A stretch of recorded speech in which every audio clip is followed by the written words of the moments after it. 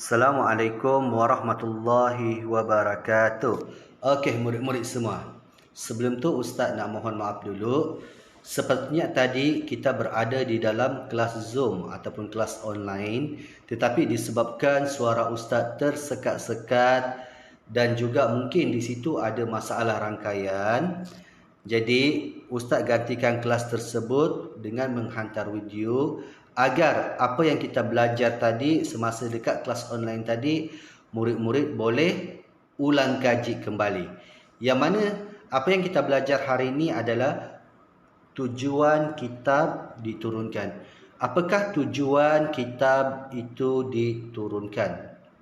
Apakah tujuan kitab Al-Quran, Zabur, Injil, Taurat ini diturunkan kepada manusia? Okey, kita tengok satu persatu.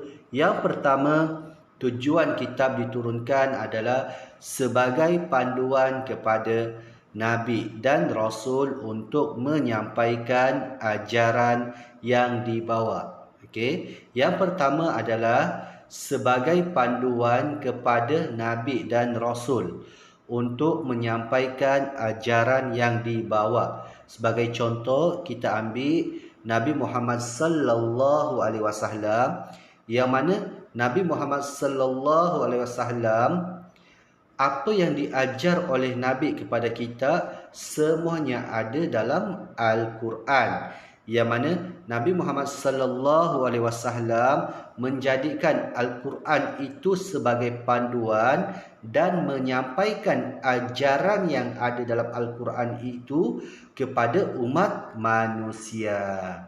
Okey, boleh faham? Yang kedua adalah sebagai mukjizat kepada para rasul bagi membuktikan kebenaran ajaran yang dibawa. Okey, sebagai mukjizat kepada para rasul bagi membuktikan kebenaran ajaran yang dibawa. Sebagai contoh, Al-Quran yang ada pada kita sekarang ini. Al-Quran yang ada pada kita sekarang ini, apa yang terkandung dalam Al-Quran adalah Al-Quran yang sama seperti mana pada zaman Nabi Muhammad sallallahu alaihi wasallam, yang mana isi kandungannya tidak pernah berubah, tetap sama. Okey. Yang ketiga, tujuan kitab diturunkan ialah sebagai panduan kepada manusia untuk memelihara mereka daripada kesesatan. Okey. Yang ketiga ini adalah khusus untuk kita manusia, yang mana sebagai panduan, sebagai ikutan kita agar kita tidak tersesat. Okey, sebagai contoh, kita sekarang ini kita ikut apa yang terkandung dalam Al-Quran. Apa yang dilarang dalam Al-Quran kita tinggalkan, dan apa yang disuruh kita lakukan. Okey, boleh faham? Okey, itu adalah antara tiga tujuan kitab diturunkan. Dan kalau murid-murid lihat dekat buku teks, dekat muka surat 24 tu, ada dua lagi. Okey. Yang keempat adalah untuk menyelesaikan masalah umat manusia. Untuk menyelesaikan masalah umat manusia. Okey, itu adalah antara tujuan kitab diturunkan. Okey, boleh faham? Seterusnya ialah, okey, cuba lihat dekat buku teks muka surat 25, yang mana dekat sini ialah kitab-kitab yang diterima oleh Rasul. Okey, yang mana bilangan kitab yang diturunkan. Bilangan kitab yang diturunkan Allah Subhanahu wa taala kepada Rasul sebanyak 104 buah. Okey. Sebanyak 104 buah kitab yang diturunkan oleh Allah Subhanahu wa taala kepada Rasul. Yang kedua ialah bilangan kitab yang wajib. Okey, bilangan kitab yang wajib. Okey, nampak tak Ustaz bulatkan yang wajib tu? Bilangan kitab yang wajib diketahui ada 4 buah sahaja. Okey, bilangan kitab yang wajib diketahui ada 4 sahaja, iaitu Al-Quran, Zabur, Taurat dan juga Injil. Dan yang ketiga ialah terdapat 100 buah lagi.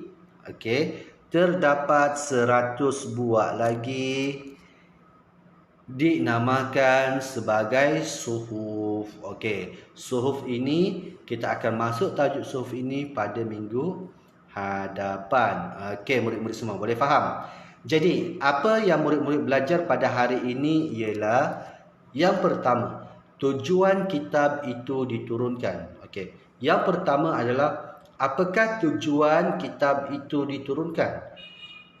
Yakni untuk menyelesaikan masalah umat manusia sebagai panduan kepada manusia untuk memelihara mereka daripada kesesatan. Dan selain daripada itu, tujuan kitab ini diturunkan juga ialah sebagai panduan kepada Nabi dan Rasul untuk menyampaikan ajaran yang dibawa. Okey, itu antara tujuan kitab diturunkan. Yang kedua, murid-murid belajar pada hari ini ialah kitab-kitab yang diterima oleh Rasul.